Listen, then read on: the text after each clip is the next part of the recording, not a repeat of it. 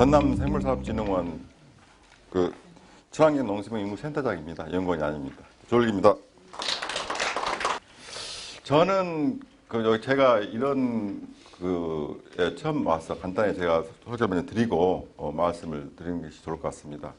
저는 다국적 회사에서 농약회사에서 한 15년 마일에 근무하다가 미국에 가서 한 10년 정도 곤충 프로테믹스를 하다가 2013년도에 와서 친환경 쪽을 일을 했고 여기 센터는 2016년도에 부임해서 지금 재임을 해가지고 지금 4년째 센터장을 맡고 있습니다. 그래서 저 처음 이 제안을 받았을 때 제가 원래는 생물방제연구센터였습니다. 근데 2년 전에 지금 현 도지사님이신 김영로 지사님께서 친환경 농업에 엄청나게 관심이 많으십니다. 그래서 왜 친환경을 하는 이름으로 바꿔라 해서 올 봄에 저희 관련된 산자부 다 허가를 받아서 친환경 농생명 연구센터로 바꿨습니다. 그래서 친환경 농업을 육성하라 그런 것에 대해서 스트레스를 엄청나게 받고 있습니다. 그래서 제가 원래 친환경을 계속했던 사람도 아닌데 제가 원래 잔류 독성 전문가인데 최근에 좀 변신을 해서 친환경 농업 쪽으로 하다 보니까 더 과거의 경험들이 지금 하는 업무를 덜 잘할 수 있게 됐습니다. 그래서 지금 이 제목에 있다시피 전남 지역 사례를 본 친환경에 대해서 주제 발표를 하고 말씀을 들었는데 참 고민을 많이 했습니다. 나도 못하고 우리 전남도 제대로 못하는 친환경을 또 우리 전남의 친환경이 예가 돼서 또 제주에 여러 가지 환경이 다른 대표적으로 전남의 친환경은 수도에 집중되어 있습니다. 다 아시다시피 전국적으로 가장 많이 인증을 받고 있는 데가 전라남도인데 그 중에서도 70%는 벼작물에 돼 있고 나머지 30%는 가수. 그리고 또 가수도 저희 전남 지방은 주로 사과, 배, 감, 고추, 박작물 그런 쪽에 많이 돼 있지만 여기 와보니까 제가 금방 들은 이야기인데 제주도는 또 벼는 거의 없고 주로 감귤류, 그다음에 양배추, 또 유명한 당근, 또 마늘. 그래서 어떻게 저희 전남에서 지금까지 이루어지는 친환경 것을 사례로 해서 제주도에 접목을 시켜야 될까 상당히 고민을 많이 했습니다. 아다시피 제가 하와이 대학에 한 10년 넘게 근무했는데 아주 하와이하고 제주도하고 많이 비슷해서 상당히 관심이 많습니다. 기후도 그렇고 토양도 그냥 화산토에서 바다에 이루어진 거기 때문에 거의 비슷하고 그리고 거의 배수가 안 되는 배수가 거의 쭉쭉 돼버린 상태, 어떤 양분이 별로 없는, 저장할 수 없는 제주도가 거의 비슷한. 그래서 당연히 제주도가 비료하고 농약을 수습이 없는 환경이다. 그런데 하와이는 좀 다른 것이 그런 문제를 오래전부터 익히 문제가 돼서 거의 농약을 쓰지 않고 거기 농약 쓰면 당장 지하수에 오염이 돼서 상당하게 인간의 여러 가지 유해 요소가 된 것이 판명이 돼서 거의 지금 특히 가시밀파리가 문제가 되는데 아마 여기는 어딘가 모르겠습니다. 감귤류에 거기는 인섹트 스텔라이드 테크닉이라고 해가지고 곤충을 만들어 가지고 수컷을 거세해서 수천 마리, 수만 마리를 만드는 것이 일입니다. 여기 ARS에 있는 USD ARS에서 하는 일은 만들어 가지고 파파야, 멜론, 파파야가 엄청 많은 수도원이니까 파파야, 멜론, 파인애플, 바나나 농장에다가 뿌려서 자연적으로 와일드 타입하고 멜팅할 때 제거되어 있는 수컷에 의해서 다음에 아웃스프링이 안 나오는 그런 방법을 쓰고 있어서 아마 그 생각이 들어서 또 말씀드립니다. 그래서 아마 제주도도 언젠가는 그렇게 돼야지 환경을 보호하지 않을까. 특히 제주도 하면 우리나라 대표적인 청정 지역인데 그런 것을 다 지키기 위해서는 이런 노력이 많이 필요할 것 같습니다. 그래서 저희가 하는 것이 시간이 너무 짧아서 그 상당히 많은 말씀을 준비를 했지만 아주 여기 핵심적인 이야기를 위주로 말씀을 드리도록 하겠습니다. 그 순서는 보시는 바와 같이 그 전남이 친환경을 가장 많이 한다고 하는데 그 현황을 말씀을 드리고 그 다음에 특히 미생물 참 미생물 그러면 그 제가 할 말이 많습니다. 제가 오랫동안 화학 농약만 연구하다가 미생물을 해보니까 당연히 어렵긴 없습니다. 미생물이라는 것이. 그런데 어차피 친환경 농업에 가기 위해서는 미래에 또 지속 가능한 농업에 하기 위해서는 친환경을 하지 않으면 안 되는 우리나라뿐만 아니고 전 세계적인 추세이기 때문에 해야 되는데 그러면 유용 미생물을 활용해서 어떻게 친환경을 잘할 수 있을 것이냐가 저희 미션입니다. 계속해서 친환경 농가에 좋은 유용 미생물을 보급해서 병해충 방지도 하고 작물 생육도 촉진시켜서 소득도 증대해가지고 친환경 농가를 육성시켜라. 그런데 여러분도 잘 아시겠지만 미생물이 얼마나 힘듭니까? 그것도 몇 가지가 있고 얼마나 효과가 가는지. 그래서 저 일반 이렇게 화학자로서 봤을 때 상당히 접근이 어려웠는데 그래도 이 방향으로 갔을 때 우리가 미래가 있다 해서 이제 미생물 위주로만 말씀을 드리겠습니다. 그리고 마지막으로는 그 발전 방향에 대해서 말씀을 드리도록 하겠습니다.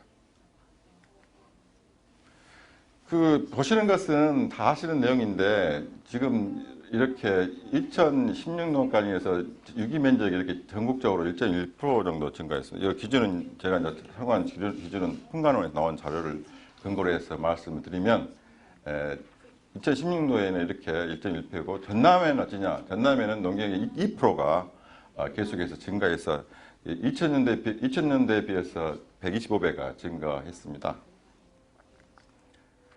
그리고 그 시장 구매는 보시는 바와 같이 그 2010년도에 농약 인증제가 폐지되면서 이제 좀 감소하다가 다시 2017년도 증대해서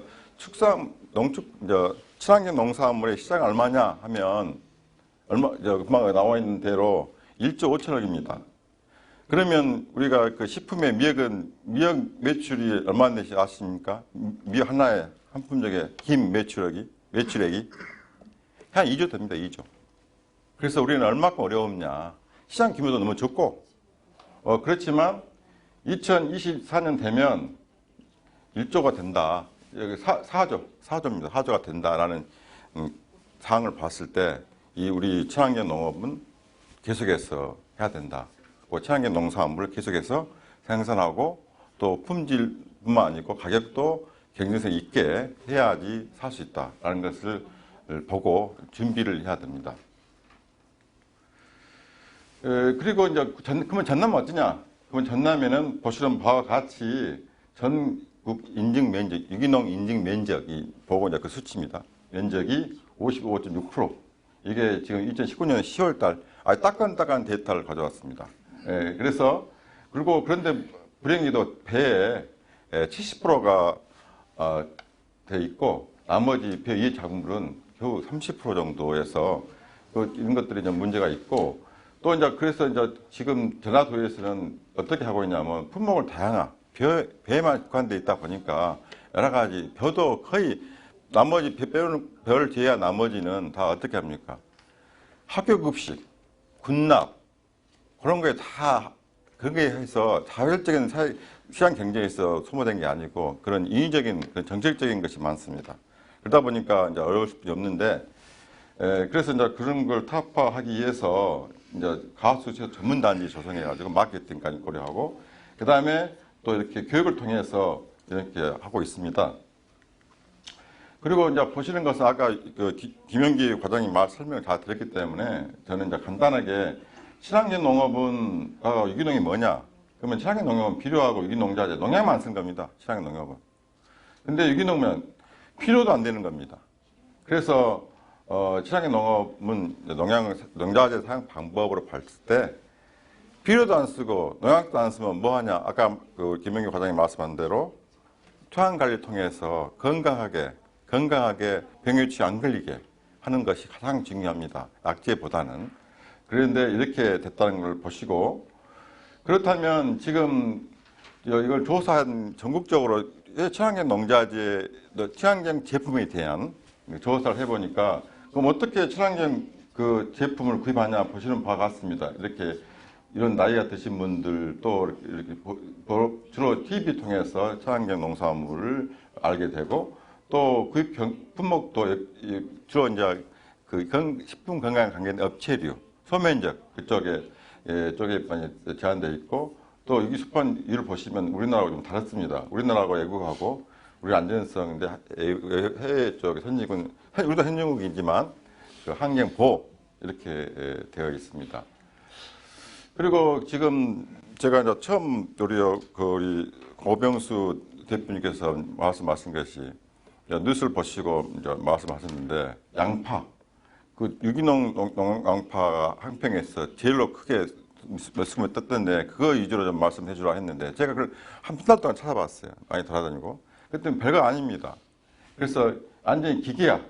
여기는 그 단지 유기농 아까도 말씀이 있었지만 그 이모작을 할 때 논을 별로 하다가 그걸 이제 갈아엎고 거기다가 양파를 심어서 모든 걸 기계화로 합니다. 기계화로. 그래서 절감하고 또 제초도 거의 그 멀칭할 때 사이사이에 틈이 없도록 해가지고 씨앗이 밥치가 안 나오게 하고 그래서 기계적인 것이다. 저는 미생물에 의한 거라고 생각해서 많은 걸 실제 하시는 분, 실제 거기에 전남 농업기술원의 그 신기루 박사를 통해 다 알아봤는데 단지 몇십 개 나온 거에 불과합니다. 다 기계화 했던 거. 그것은 몇십 개 다 하시기 때문에 이렇다는 걸 말씀을 드리고 단지 좀 배워야 할 것은 그 이런 기계화를 하니까 그 여러 가지 문제가 해결되더라. 그러면 제주도도 감귤 농사도 기계화를 똑같이 하면은 상당히 이렇게 많은 소득이 절감이 됐고 가령에 비해서 노동력 또 수확량 증대, 소득 증대까지 이루어졌습니다. 이것을 좀 적용할 수 있지 않을까 이렇게 생각이 됩니다. 그리고 또 유명한 것이 저 곡성에 위치하고 있는 유기농 인삼. 여기 유기농 인삼이라고 들어보셨죠? 참 저희가 앞으로 제가 이제 이런 친환경 연합회 친환경 농업 추진위원 발전에 많이 참석하다 보면 주로 이제 거기 가수 사과 배 이외에 그쪽에 많은 생각을 하고 있는데 저는 그게 좀 다릅니다. 이렇게 국가적으로 국제적으로 경쟁력이 있는 인삼 또 다른 것들 그런 경제적 작물을 친환경을 통해서 국내 소비뿐만 아니고 세계적으로 확장시키자. 라는 생각을 이제 강하게 하는데 이제 기준을 하고 있어서 어렵다고 이야기를 드렸습니다만은 저는 강력하게 유기농 인삼을 제주도는 상황이 어떤지 모르겠습니다만은 그걸 이제 제가 오랫동안 가보고 또 가서 들어봤는데 보고 해왔는데 지금 여기 보시는 바와 같이 이렇게 직접 토양 관리 최우선 또 자기가 직접 만듭니다. 무항생제 개분 그리고 목재 부스러기, 미강, 효소로 해가지고 이따 말씀드리겠지만 그 퇴비만을 사용합니다. 그 토양 관리에 그리고 하우스에다가 합니다. 물론 하우스가 어떻게 비싸게 하느냐 하는데 하우스를 하면서 여러 가지 친환경적인 방제를 하지 않고 학교 방해 없이도 얼마나 할 수 있는 건데 소득은 충분히 보상이 됩니다. 그래서 캘 때는 이렇게 기계 사용하지 않고 하나씩 잔뿌리를 소화하는 것이고 보시는 여기는 지금 그 딸기를 보여드렸는데 제가 직접 가서 이제 인터뷰한 장면이 되겠습니다. 그리고 여기 친환경 인삼 하우스입니다. 하우스가 이렇게 망이 다 있는데 이 망이라는 거 이게 거의 이제 벌레들이 못 들어오게 돼 있는 공기만 통하게 일본제라 하더라고 들었습니다. 한국에는 한국제를 쓰면 곤충이 이랬던 들어온대요. 그런 것들이. 근데 그래서 스스로 방지가 되고 이렇게 6년근짜리인데도 봤더니 아주 튼튼한 인삼을 수확을 할 수가 있었습니다. 이것도 유기농 딸기 똑같이 딸기도 하고 있고 여기 퇴비 제조하는 거, 그 퇴비 아까 말씀 천연 퇴비. 이강이라든지 그 모양새 쓰는 거, 그 다음에 여러 가지 그런 거를 만들어 가지고 이걸 이렇게 해서 직접 제조해서 사용하고 있었습니다. 그래서 그 다음으로는 또 제주도도 많이 좀 사용하는 걸로 알고 있는데 그 젤라틴 키친 분해 미생물 다 아실 겁니다. 그래서 이것을 활용을 해가지고 지금 하는 것 원리는 보시는 바와 같이 같고 지금 그 해충 키친에 함유하는 병균의 세포막과 해충을 보시는 거고 젤라틴이 해충 안에 들어있기 때문에 이 두 가지를 분해할 수 있는 미생물이 이제 젤라틴 키친 분해 미생물입니다. 이것을 활용한 지금 나주 공산농협에 2011년도부터 지금 배배 중심을 했던 것을 지금 이렇게 양파나 감자, 양파 이렇게 해서 적용해가지고 지금 상당하게 그 효과를 봤다 하는 그 사례가 되겠습니다. 그 실증 그걸 보면 이렇게 많은 나주시에 있는 농가들이 그 GCM 미생물 및 배양기 지금 여기 이 사람 우리 입주해 있는 기업인데 GCM MC 바이오라고 우리 센터에 제가 이제 친환경 농수민 센터장이면서 그 전남 그 창보 바이오 BI 센터장도 같이 겸하고 있어서 입주 기업이 있습니다. 저기 주로 농축산물 관련된 기업만 와 있습니다. 그래서 우리 입주한 기업이기 때문에 제가 소개를 하는 겁니다. 그래서 나주에도 24농가에 GCM에 관한 그 비양기하고 농법을 활용해서 소득을 유기농을 하고 있었습니다.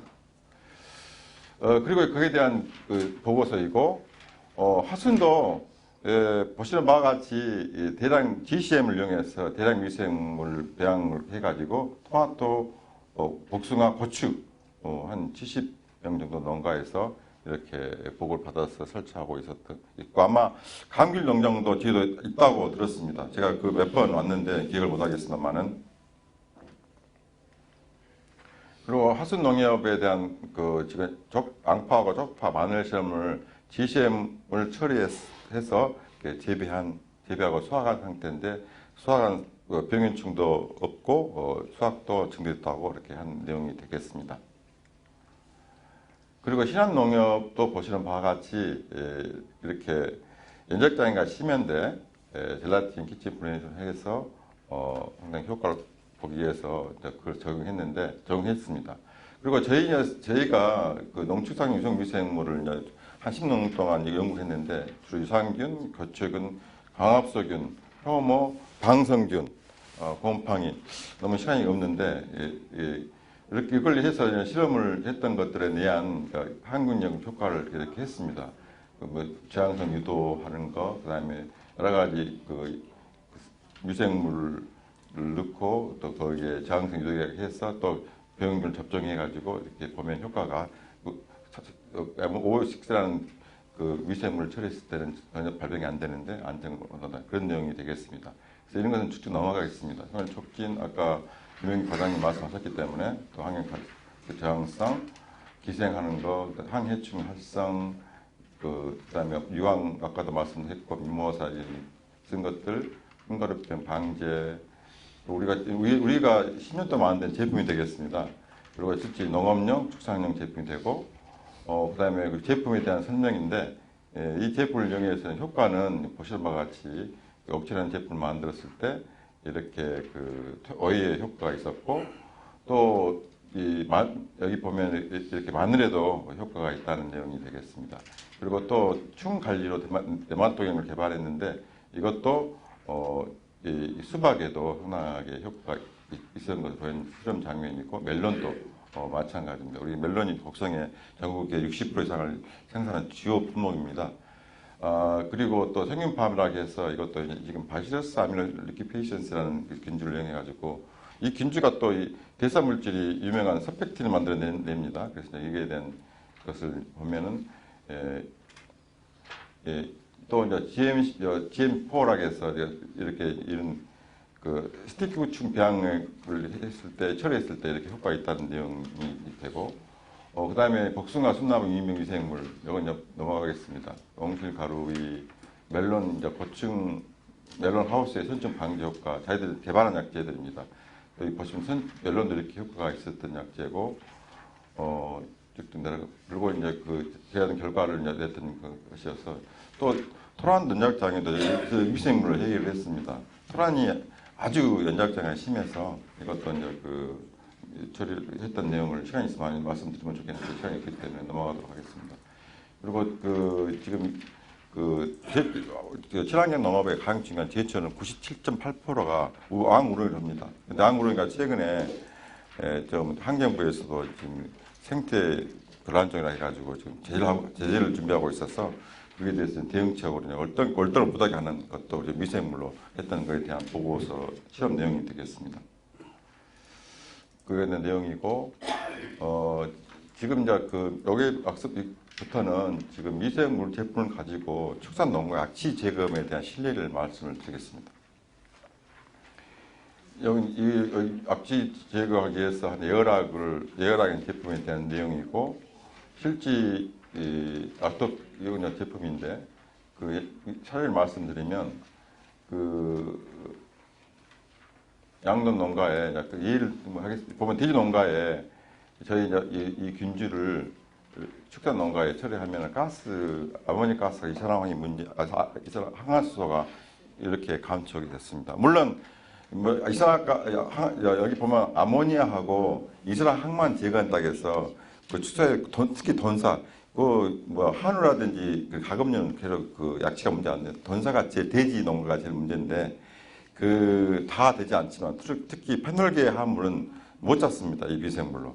그건 다른 것도 있는데 우선 가장 직접 보는 암모니아 가스하고 항화수 봤을 때 거의 60% 이상을 이렇게 방지하는 걸 보여주고 있습니다. 그리고 여기 농가도 이렇게 보시다 바와 같이 죽곡면 갔을 때의 돼지 농가, 그 다음에 돼지 농가도 또 이렇게 지역별로 다 해봤습니다. 연도별로. 그리고 또 여기도 돼지 농가입니다. 그때 효과가 있었다고 보여드린 것이고, 우리 농가도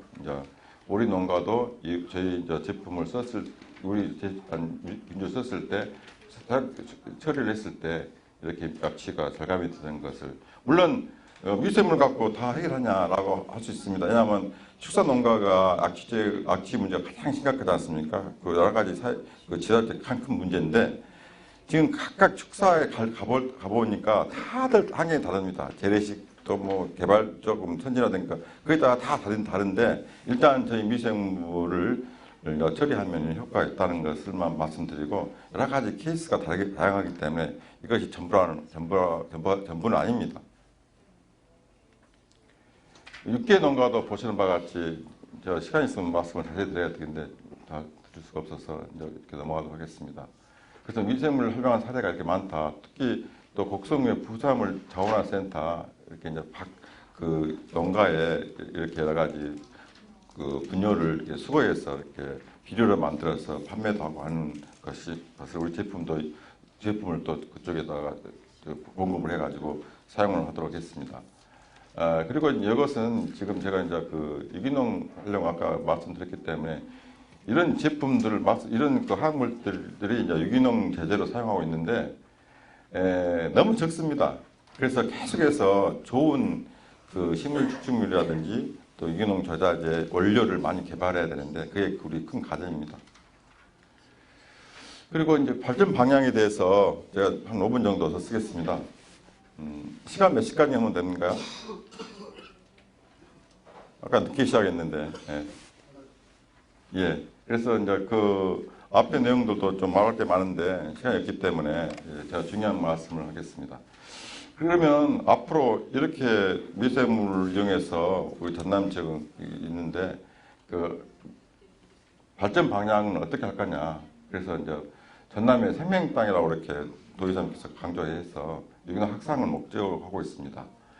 그리고 이제 유기농 농업이 이렇게 그 무농약 무학비 플러스 환경 생태 조화까지 해가지고 지금 고비용 유기농자재 의존을 해서 저비용 투입하지 않고 자연적인 재배 환경, 아까도 우리 말씀하셨지만은 그 토양 관리 그게 가장 중요하고, 그래서 또 한 가지는 저희가 우리 센터에서 이제 지금 저희가 이제 좀 자신적으로 하고 있는 것이 친환경 미생물 농법을 활용해서 기술을 보급해야 되는데 그 중에 한 면이 마이크로바이옴입니다. 마이크로바이옴. 아마 아신 분도 아실 거다 모르실 분 모르실 텐데 저희는 이쪽에 지금 필이 꽂혀 있습니다. 그래서 물론 마이크로바이옴이 장내 미생물 특히 이제 휴먼 마이크로바이옴이 이준데 식물도 마이크로바이옴이 있습니다. 그것이 이제 토양에 있는 그 미생물 상을 이제 파이터 바이오타라고 하는데 그런 것을 활용해서 이건 장기적으로 작물별로 그 미생물 구집상을 표준화해서 관리를 하면 일반적으로 토양 관리도 되겠다 그런 측면을 한번 그걸 준비하고 있습니다. 그리고 미생물 품질 관리 현장 지원도 철저히 하고 그것만 될 거냐? 그러면 친환경 농가 경영 안전을 지원하기 위해서는 이렇게 생산의 체계를 보존해야 되고 또 품목별로 차등해서 다양한 품목을 육성하고 또 이렇게 보험도 해가지고 인증 비용을 또 대주고 이런 것을 노력을 하고 있습니다. 그런데 이게 얼마나 효과가 있을지 모르겠습니다. 어차피 모든 것은 경제 원리로 가야 되는데 단지 친환경 농업을 육성하기 위해서 보조금에 의존하고 지자체에서 보조금만 끊어버리면 친환경 안 합니다. 우리 같은 이 지자체에 있는 그 농가들은 그래서 그런 것이 언제까지 그렇게 할 거냐는 우리 숙제입니다. 우리 전국 전남한 문제가 아니고 전국에. 그리고 그 친환경 농업 생산 구축이 필요한데 그 토양 개량 및 환경 보존으로 지속 가능한 친환경 농업 실천을 해야 되는데 그 여기 보면 이제 도에서 이렇게 친환경 비료 지원, 뭐 제초제 절감, 친환경 기반 확충, 뭐 새끼 우렁이 공급, 새끼 우렁이는 지금 또 문제가 됩니다. 양 우렁이는 환경부에서 연락이 온 것이 생태 교란종으로 없애겠다고 해서 필요성에 대해서 계속 쓰고 이렇게 필요성에 대해서 막 대책을 내려서 좀 보류를 시켜놨는데 언젠가는 그 친환경 농업에 아주 중요한 제출을 하고 있는 왕 우렁이를 사용하지 못할 날이 올 겁니다. 그래서 빨리 그 친환경 제초제를 개발해야 됩니다. 유기농 제초제. 그게 아주 큰 우리의 어려운 점입니다.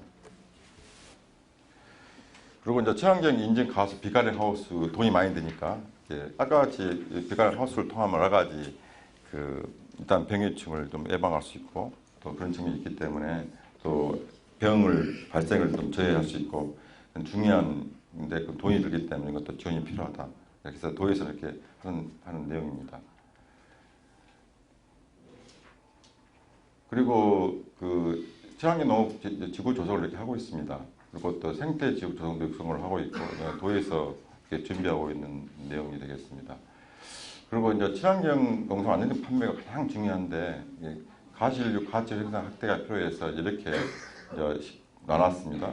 그리고 이제 소비자 신뢰가 가장 중요하고 아니 친환경하고 관해가 똑같다고 그러면 누가 친환경을 비싼 유기농을 하겠습니까? 이제 친환경한 유기농 있을 때 상당히 품질이 좋아야 된다.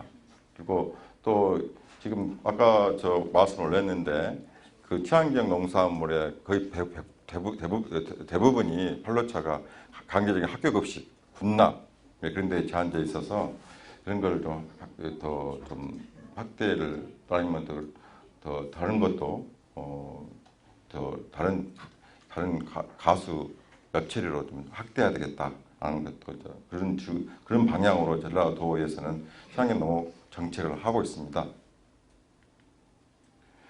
그리고 지금 이것도 친환경 농산물 가공 유통 구축도 여기 농협 오셨던데 우리 전남도에 그 호남권 그 친환경 유통 센터가 있는데 창고 상당히 문제가 많습니다. 여러 가지 힘들어. 농협 호관 구조되어 있는데 아마 전라남 제주도도 있을 거라고 판단됩니다.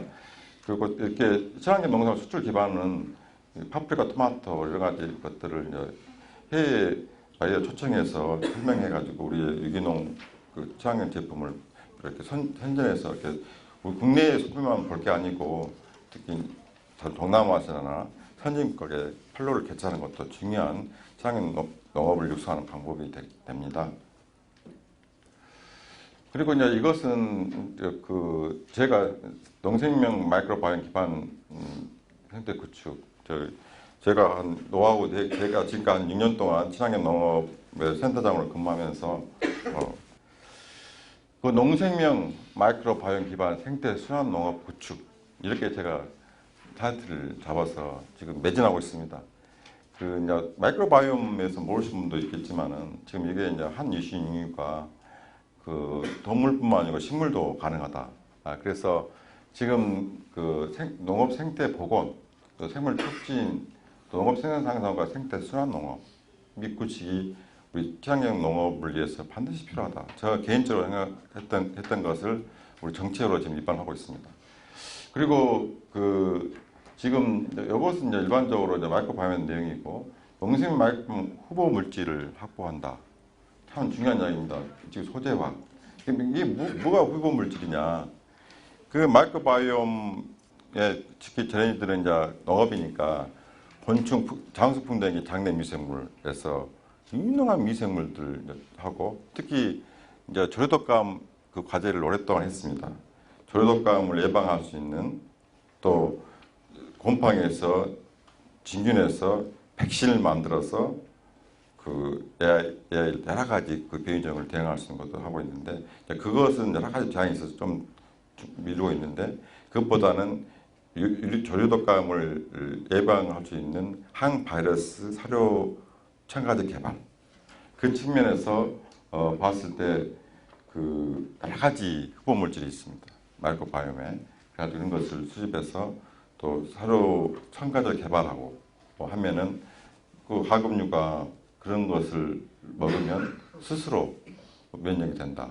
특히 철새는 왜 조류가 안 걸립니까? 철새 장내 미생물에 그 족감을 한 항체 미생물을 마이크로바이옴을 분석해서 분리해내서 그것을 잘 문제없게 만들어서 다른 가금류에 사료를 같이 넣어주면 장내 미생물에 생활하면서 자연적으로免疫이 생겨서 그 AI가 안 갈 것이다. 그런 것들을 하고 있습니다. 그래서 그런 한 예를 들었는데 농생명 마이크로바이옴 후보 물질 수집 및 토제하는 것이 아주 중요하다. 친환경 농업을 위해서. 그 다음에 후보 물질 농생명 분야에 농업 축산, 농업용 생육 백일종 방지종 개발도 이 마이크로바이옴을 통해서 할 수 있고 또 축산 약주 제거도 근본적으로 장내 미생물 변화를 둬서 또 그 냄새 나는 것도 바로 가장 많이 나는 냄새 나기 때문에 음식이 들어와서 이런 돼지가 먹을 때 그 첨가되면 장내 내에서 암모니아 가스 발생하지 않는 그런 물질로 유점화되면 자연적으로 특별하게 어떤 이런 인위적인 제거 안 하더라도 똥 자체가 냄새가 안 날 것이다. 그런 것들을 하고 있습니다. 그것도 앞으로 지금 뭐 가능성이 없다고 들을지 모르지만 아주 가능성이 있어서 지금 물론 과제를 진행 중에 있습니다. 그리고 여기 아까 젤라틴도 한 개 그 수단으로서 이용할 수 있고 또 마지막으로는 그 가축 분해기 미생물을 활용해서 그 돈사나 그 가축 분해 미생물을 활용해 가지고 액비테이블에 해서 어차피 경증순환 농업을 한다 하면 각종 분야도 항상 문제가 많이 앞으로 될 텐데 특히 돼지도 많이 될 텐데 말도 있고 하기 때문에 그것을 애가고 건더기하고 분리해서 또 이렇게 제거하고 또 비료로 쓰고 또 그걸 또 토양에 넣고 다시 또 순환시키면 그러면 전혀 외부적인 어떤 화학적인 어떤 물리적인 걸 안 하더라도 자연적인 경축 순환 농업을 하는 것이 우리 친환경 농업을 장기적으로 발전할 수 있지 않나. 이상 말씀드립니다.